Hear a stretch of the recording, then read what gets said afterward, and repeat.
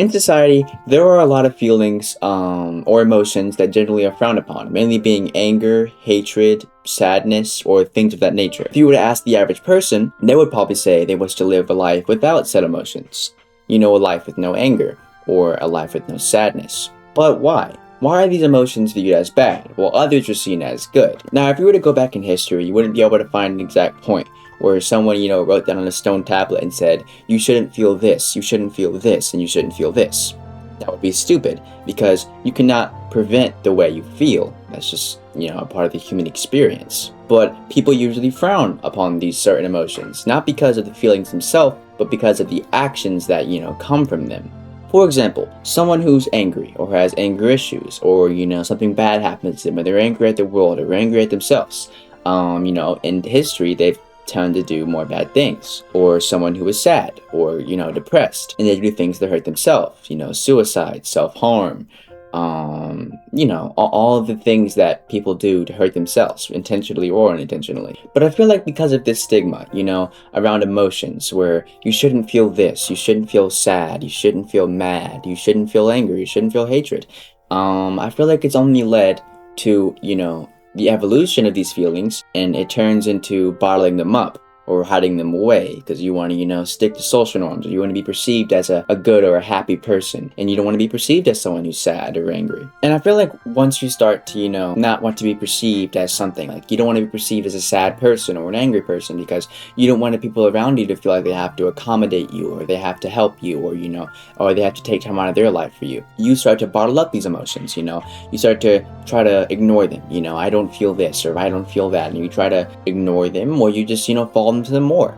I think a good example is like hatred. If someone who's angry all the time and they feel all this hate in their heart, and they hate themselves for it, it only, contributes to the fires of hatred inside of them.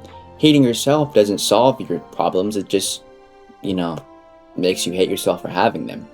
And then with sadness, someone who's sad all the time and tries to cover it up, but they feel sad about the fact that they're sad all the time, even though they may have so many reasons to be happy.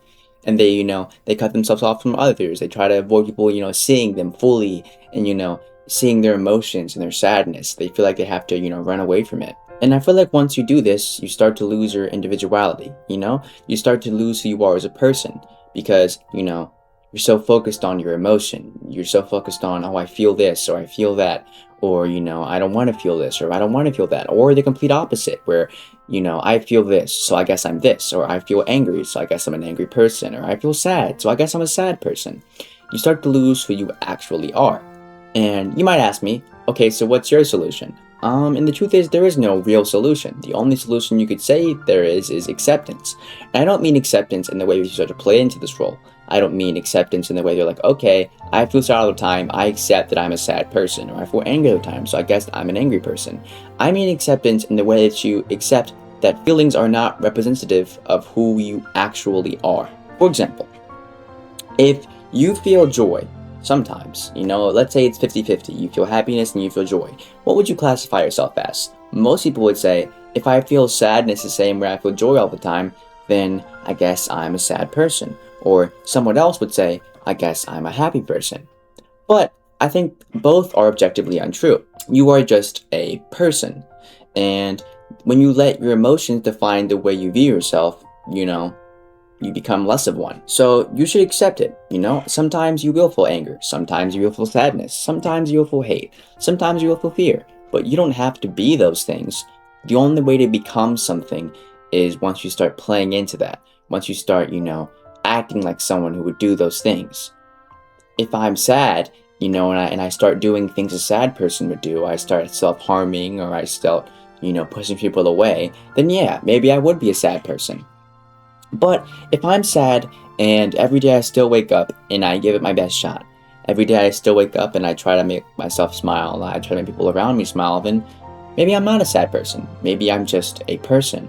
Or if I'm angry and, I want to punch somebody, but I don't, and I let that anger and I let it sit inside of me, and I let it pass, as all other emotions do, then I'm not an angry person. I'm just a person, and sometimes I feel anger.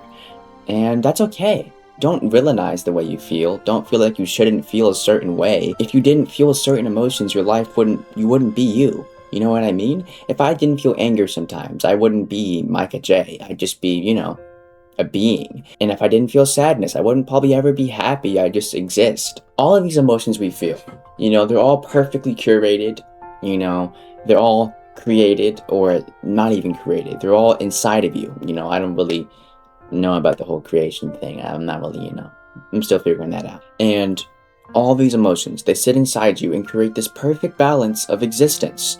You appreciate small things because you felt so much sadness. You appreciate peace because you felt so much anger.